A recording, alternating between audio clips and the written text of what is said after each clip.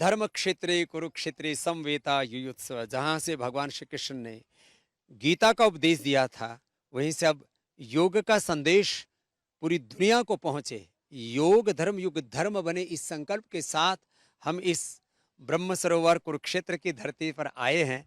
और भगवान तो कह रहे हैं, समत्वम योग उच्यते योग कर्म सुकौशलम कर्मण्येवाधिकारस्ते मा फलेषु कदाचन यदा यदा हि धर्मस्य ग्लानिर्भवति भारत अभ्युत्थानम धर्मस्य तदात्मानं सृजाम्यहम् युद्धस्व विगत ज्वर माम अनुस्मर युद्ध च। तो ये जो श्रीमद् भगवत गीता का संदेश है, ये जन जन तक पहुंचे, सब योगी कर्मयोगी बने, उपयोगी बने, स्वस्थ बने, समृद्ध बने, समर्थ बने, संगठित बने और एक समर्थ भारत, एक विकसित भारत के निर्माण में अपनी एक बड़ी भूमिका निभा सकें। जिन्होंने हमारी माँ बहन बेटियों का सिंदूर छीना, उनको उनके घर में जाकर के हमने मारा है, 100-200 किलोमीटर भीतर घुस करके। तो आतंकवादियों का को प्रश्रय देने वाली वहां की करप्ट भ्रष्ट सेना, वहां के करप्ट पॉलिटिशियंस, इनकी अब कोई खैर नहीं है।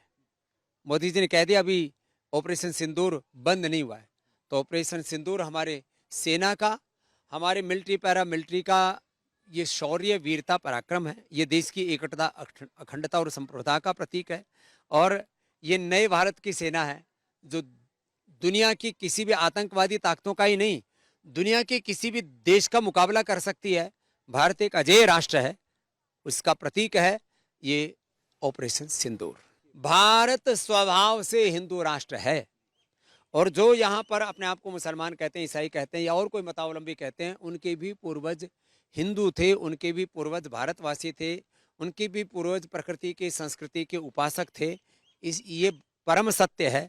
और अब धीरे धीरे सब लोग मानने भी लगे हैं, पहले भारत के, और फिर मैं तो सोचता हूँ पूरी दुनिया के लोग अब योग और अध्यात्म के जो मूल मूल्य सिद्धांत आदर्श हैं उनमें श्रद्धा रखने लगे हैं।